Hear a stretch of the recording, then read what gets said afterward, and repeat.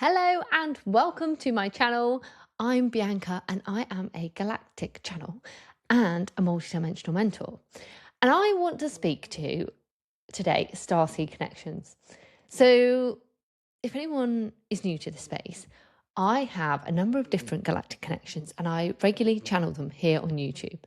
But this weekend, I had so many incredible synchronicities, literally over and over all weekend, where I was bumping into people. And when I was sharing what it is that I experience, my connections with my galactic team, it was incredibly validating for certain people who had had these experiences, but had never found anybody, especially in the flesh, that was able to validate and speak to those experiences. So it made me want to come on here and speak about this because I think it is really important. And something that I'm regularly channeling from my guides is that as the earth begins her ascension process, we're in this, we are rising now with the energetics of the earth, the energetics that are coming in from outside of earth. There is going to be more rapid awakenings. And I've been channeling this for some time. And this year, there will be a lot more rapid awakenings or experiences that will start to unfold for people, particularly galactic memories, galactic connections with galactic beings, and star brothers and sisters. And this is amazing. This is so exciting. And, at the end of the day, I know because I was somebody who had no idea about any of this when I first had my awakening experience. And I'll put a link to the video where I share how that worked for me. That when you're first opening up to this galactic experience, it can feel really confusing. It can feel quite, you can feel really alone with it. And you can feel like maybe you're losing your mind. But I can quite frankly tell you, no, you are not. You are just unmasking the veil or lifting the veil and seeing beyond where you've ever seen before. This is a beautiful thing. It's actually a really natural process that many of us will go through as we start to awaken to more of what we can access outside of this just current 3D experience. So if you are somebody who has started to have those experiences, feel somewhere within you that you do have connections to your galactic team, but you want to bring them forward, or you are actually having those experiences, you don't know how to navigate this process, and you just want somebody else who is here to tell you that anything that you're experiencing around galactic connections, your galactic team is completely normal, is completely brilliant. This is the space. I'm here for you. So I want to speak to you first. Like, the key question that people ask me is, why don't I channel like you? Or how can I deepen that connection? Or sometimes it's a bit random. I don't know whether I should trust it. These are the sorts of questions I get. The main one is, should I be able to channel like you?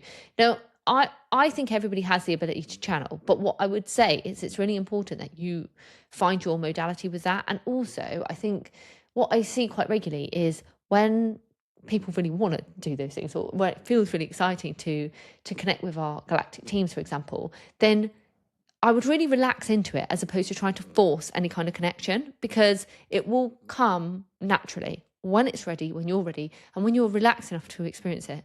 I think that's a key point. If your galactic team feels that you are resisting or you're not fully allowing it, it's going to be harder to establish that connection. So that's the first thing I want to say, is like, just allow it to take its own time. And also, don't get stuck in just because I connect with my guides a certain way, or somebody else connects a certain way, that you're doing it wrong, or there's anything wrong with the way you're experiencing your connections. So, I'll speak to my own experiences. At the very beginning of my connection, I only really started with automatic writing. And then I realised and understood it was my galactic team coming through my automatic writing. That came through early on. I did also, in the bath at the beginning, and I speak about that in my episode where I talk in detail about my journey, I did also experience seeing my guides when I was connected to them. I would see them, but I didn't necessarily verbally channel them in the way that I do now. So at the beginning, it started like that. And it was much lighter touch. It was much more infrequent. It wasn't too much at the beginning, because I think you need to get used to also the frequency at which they bring forwards, because it can feel really intense. So then, that's also another experience that people share with me, is like, oh, it feels really intense. And then, you back off. But actually, if you just allow it and just soften into it, then often you'll find it's just easier and easier. So from the automatic writing, then one day I'm sitting in the bath, and for some reason, and always with me it's water, I felt this urge to just record while I was in meditation, and then I realised that it was coming through my voice. Now, that's my personal experience. I don't do light code art. That's not something that comes through me at all, I can quite frankly say. Now, I'm not saying that might not open up at some point for me. It might do, but that is not my modality at this time. My healing modalities are completely different. I know many galactics that work with, for example, sacred geometry and or different modalities to me. I work very much with my Arcturian guides when I do healing, and I work with the dragon energy because that's what comes through for me. So what the point I'm really trying to make here with these connections is, don't have a set idea on how it's going to be. And just because today you're doing one thing doesn't mean that next week you're going to do something else, because it always opens up. And like, my journey has been rapid, really rapid for the last 2 years. So 2 years ago, I didn't even know about my connections to my galactic team. So this is how much it's opened up in such a short time, that anything can happen, anything can change. And even last night, and I'll speak about that in a minute, even last night I got a brand new connection, which I've never established before. So it's always evolving. So that's what I want to say. Yeah. So the next thing I want to speak to is, what kind of connections can you get and who could you be bringing forwards? Now, again, I think this is a really personal thing. So the only way I really know to just explain this is through my experience. And it will be amazing if you want to share yours, because I always love to hear other people's experiences. So for me, at the beginning, I opened up my connection to my Arcturian guides. They have been front and centre from the very moment I woke up, if you like. Actually, for me, because my galactic connections are so strong, and again, this is unique to me, it may be different for you, I connect less with spirit. Sometimes I do connect with spirit, but my dominant connections are my galactic team, and I also connect quite frequently with angels and angelic connections. So I just seem to find it easier, because of the way my access works, to work in that higher dimensional realm than those like mediums or anyone working with spirit, which is absolutely incredible, and I would love to be able to develop that more. But the truth is, that doesn't open up very easily for me. It's really random when it does, and I've made peace with that. So yeah, my collections tend to go very, very high. It began with the Arcturians, and they kind of come in as more, I would say, more like a guide for me. Like, they're more, they come in and they're always present. So like, if I wanted to tune into them, I could bring them forwards and I would hear them while we're talking here, or I can bring them through, in trance channeling, where I'm speaking from them, from the perspective of them. And I love to do that because that's really helpful. And I do that on other episodes, so I'll link that there as well if you want to watch that, when I channel my galactic team. And that's really helpful, not only for sharing kind of humanity's progression, where we're at, collective guidance, but I also channel that guidance for myself, and I listen back to it and I read it and I actually try to take that in for myself, because they guide me on my journey, which is a beautiful thing. But again, that's the way my connection works. That feels easeful for me to connect in that way, because that's my gift, if you like. That's my modality. Everybody's different and it's always evolving.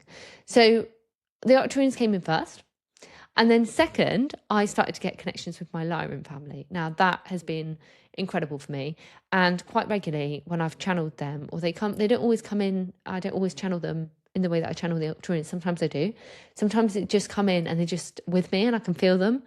I feel the energy of my Lyran aspect. So they've told me that this is an aspect, my Lyran aspect, because, and you may already know this, but our lives are not linear. So in this current experience, we see all lives as like past lives or future lives, but actually they're running in parallel. So a parallel life, if you like, or another lifetime, I was a Lyran. And I was a shaman in an experience that sometimes, quite honestly, looks like as if I'm watching something out of Avatar when I look at that, when that comes through. And the connection to the guide or to the aspect of me that I bring through from the Lyrans, she is fierce. She is a spiritual warrior. And when I need to step into that energy, she comes forward for me. So I love my Lyran aspect because she feels so powerful to me, and she comes in and reminds me of my spiritual warrior. You know, she comes in and she reminds me of that aspect that I can draw on when I need the support in this lifetime, and she comes in for me. So that's beautiful. And she's, you know, so yeah, her energy is just incredible. So I love working with my Lyran aspect. So again, different energy. I feel it very differently. I see it very differently. I know the difference between the two connections, but I can't tell anybody how to feel that, because that needs to come from the experience of having the experience in your body, and you learn over time the difference in the energies. So my Arcturians connections, and then I've got my Lyran connections, and then I've got an Andromedan aspect. But the Andromedan aspect I don't channel at all. I don't bring her in channel. And this was really validated for me with my beautiful friend Louise Platt, who is a galactic astrologer, when she did my galactic astrology chart, because I've always felt this Andromedan aspect, but she's more integrated in my being. So she is, when I feel really in my multidimensional self, I know I'm calling on my my Andromedan aspect. She is the part of me that represents freedom and requires that in my life. You know, that very fluid nature, that very multidimensional aspect. She lives in me, less from an external perspective of having to channel her. She, like, I feel like she is me. She's almost merged with me. It's hard to explain that, but that's how I'll explain it. So, you know, if you're experiencing galactic connections, downloads, understanding stuff, feeling a certain way, it's embodied, that's equally valid, by the way, than if you're channeling from an external perspective. You know, there's no one way to bring your multidimensional self forwards. In fact, it's really powerful. We can internalize it in that way. So if you can really embody your galactic aspects, that's the aim, like embodying your highest frequencies in the body. So that's my Andromedan aspect. And I've had many connections. So like I was saying before, I don't really channel or bring forward spirit. I have done.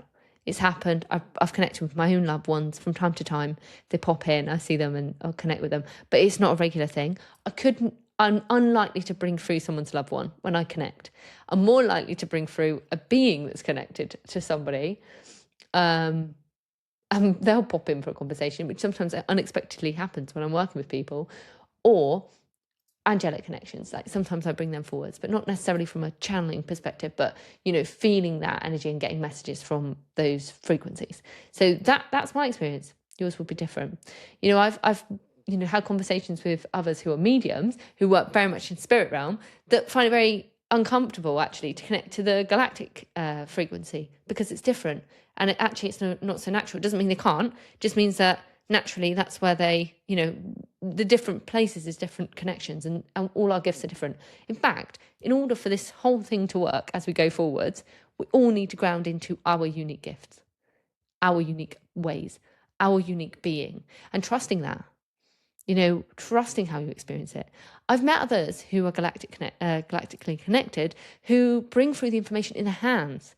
So through light language, and also, you know, they get guidance by being shown things physically in the experience. So the hand will literally move, just spirit moving it, or the galactic connections moving the hand.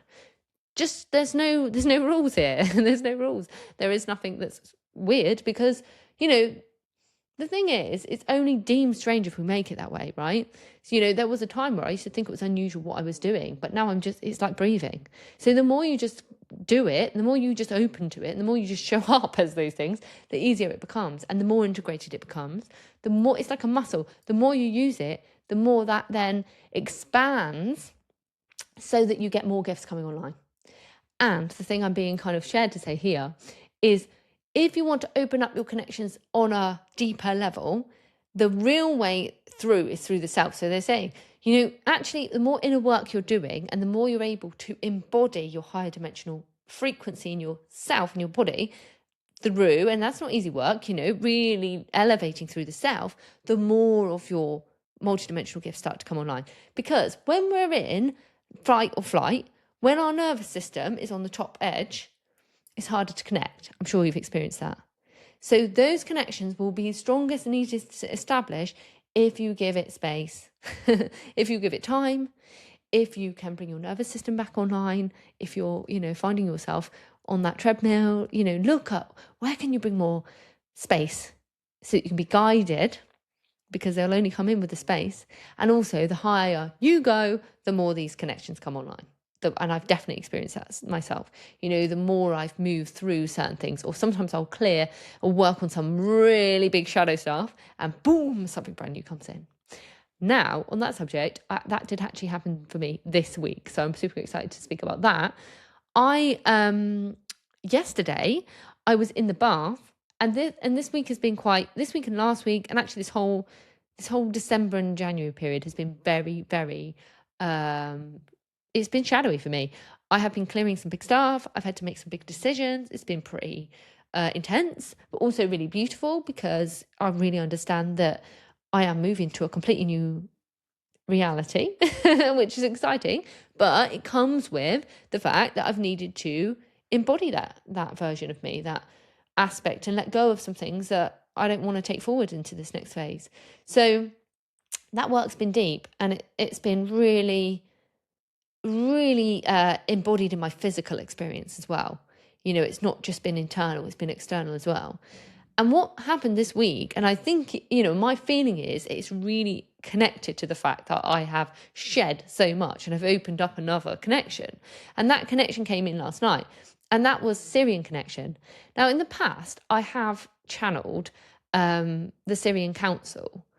So I have made a connection with Sirius, but they're not a deep connection for me. I typically channel the Arcturians either from the Galactic Federation or the Arcturians on the Arcturian Council, and I always seem to channel councils when I channel the Arcturians.